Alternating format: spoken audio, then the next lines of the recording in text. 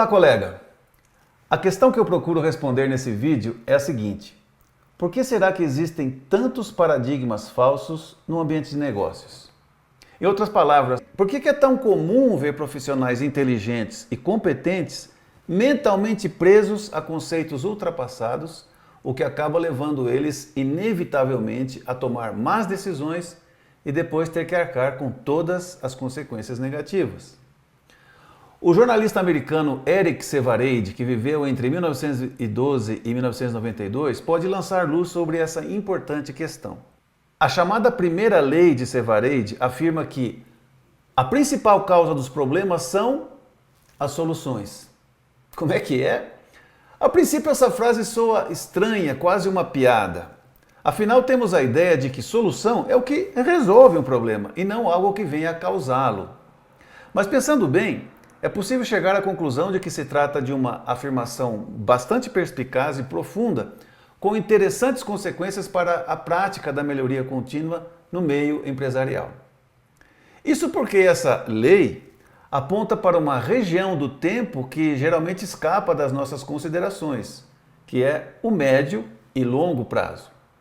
A gente tem a forte tendência de viver no imediatismo do aqui e agora, sem refletir muito sobre o futuro. E é claro que no curto prazo e na maioria dos casos, as soluções de fato resolvem os problemas, com exceção, é claro, daquelas soluções mal concebidas ou mal implementadas que não eliminam realmente o problema ou acabam criando até novos problemas. Mas não é esse o caso. Agora, como é que uma solução bem dada pode ser a causa de um problema? Se pensarmos a curto prazo, como já disse, a lei de Sevareid nos soa falsa e estranha. Mas se a gente ampliar a visão para o que acontece após a implementação da solução, aquela declaração paradoxal começa a fazer sentido. Porque toda solução eficaz elimina o problema pela raiz. Isso cria uma nova realidade na qual aquela solução não é mais necessária, porque o problema para o qual ela foi concebida já não existe na nova realidade. Ou seja, uma realidade da qual um problema importante foi eliminado já não é mais a mesma, passa a ser uma nova realidade. Podemos concluir então que toda solução eficaz se auto-invalida. E quanto mais poderosa ela for, mais rapidamente isso vai acontecer. Bem, até aqui a gente constatou que a solução eficaz elimina o problema pela raiz e promove uma melhoria, criando uma nova realidade. Mas onde é que ocorre exatamente o problema a que Sevareid se refere? As coisas começam a se complicar quando, entusiasmados pelo benefício trazido pela solução, a gente se apega às políticas e práticas estabelecidas durante a implementação dela. Passamos a crer que algo que foi benéfico no passado vai continuar sendo assim eternamente.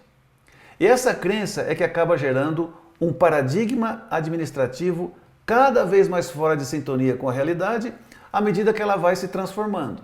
Bom, para a gente não ficar aqui no campo puramente conceitual, vejamos alguns exemplos. Suponha que uma pequena empresa conta com a criatividade informal e dinâmica de uma jovem equipe gerencial.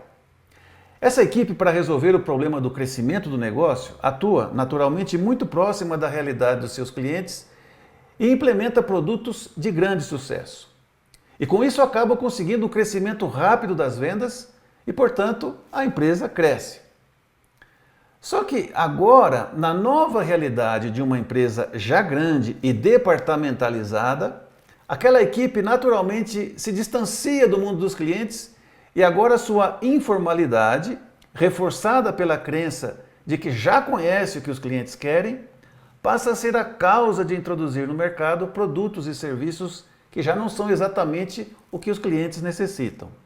Como resultado, as vendas caem, perde-se competitividade e a solução se transforma em problema. Outro exemplo. Com a melhor das intenções, a fim de rapidamente recuperar uma queda na lucratividade, suponha que um gerente geral de uma unidade de negócios dispare uma iniciativa focada na redução de custos e obtém grandes resultados no primeiro ano. Entusiasmado, ele intensifica a ênfase na redução de custos nos anos seguintes, mas passa a observar resultados cada vez menos relevantes e até contraproducentes. E chega a descobrir mais tarde, contrariado, que a sua pressão por resultados acabou fazendo com que certos resultados fossem cuidadosamente maquilados na tentativa de retratar uma realidade agradável aos seus ouvidos, mas que já não existe mais. Um outro exemplo, de maior alcance histórico esse.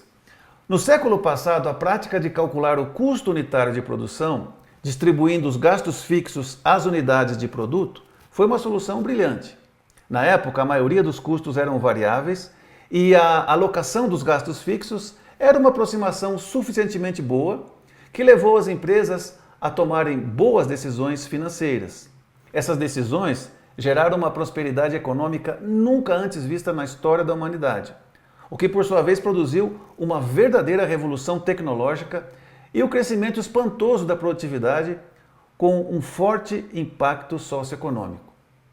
E com isso, o cálculo do custo unitário passou a ser uma verdadeira vaca sagrada da administração, ensinado, praticado e louvado até os dias de hoje na esmagadora maioria das empresas. Só que na realidade atual, pelo impacto da tecnologia, os gastos fixos são de longe a maior componente dos gastos totais. E agora a alocação de custos, que antes era uma pequena aproximação que permitia boas decisões, é hoje uma grande distorção que sistematicamente conduz às piores decisões. Portanto, a solução se transformou na principal causa dos problemas. Portanto, a lei de Sevareid nos adverte contra o risco de implementar soluções pontuais sem entender a dinâmica do sistema em questão. Por compreender isso muito bem é que vários gurus da administração nos oferecem seus antídotos. Deming prega a aplicação sistemática do ciclo PDCA, Plan, Do, Check, Act, já que a análise crítica do check e as ações de adequação do act, se feitas com enfoque sistêmico, bem entendido, previne a estagnação e nos impulsionam a um novo ciclo de melhoria. Peter Senge chama atenção para o fato de que a melhoria seja praticada sob o ponto de vista do que ele chama a quinta disciplina do aprendizado organizacional, que é o pensamento sistêmico, reconhecendo que causa e efeito frequentemente estão distantes no tempo e no espaço. E em seus 5 passos focalizadores da teoria das restrições, Eli Goldratt adverte solenemente para a necessidade de, ao romper uma restrição do sistema de negócios, voltar e revisar cuidadosamente e readequar as políticas, práticas e procedimentos que foram estabelecidos na realidade anterior, quando a restrição ainda existia. Caso contrário, a gente vai estar criando uma restrição política, ou seja, um paradigma administrativo difícil de ser percebido depois.